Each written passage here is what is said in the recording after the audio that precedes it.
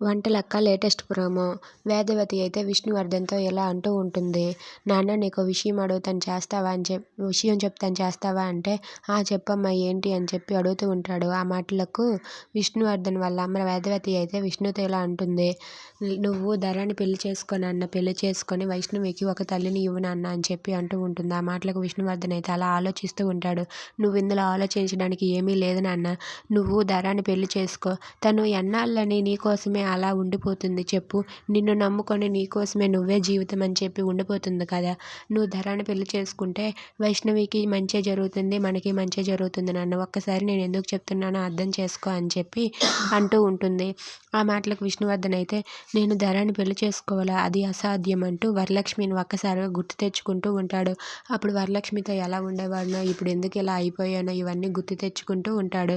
ఇక నువ్వు ఇంకా ఆలోచించడానికి ఏమీ లేదు నాన్న, ధర నీకోసమని ఎప్పుడు నిండో ఎదురు చూస్తుంది, నువ్వు ధరాన్ని పెళ్లి చేసుకుంటే మంచిది అని చెప్పి వేదవతి అంటుంది. ఆ మాటలకు విష్ణువర్ధన్ అయితే ఏం చెప్పాలో తెలియక అలా మౌనంగా చూస్తూ ఉంటాడు.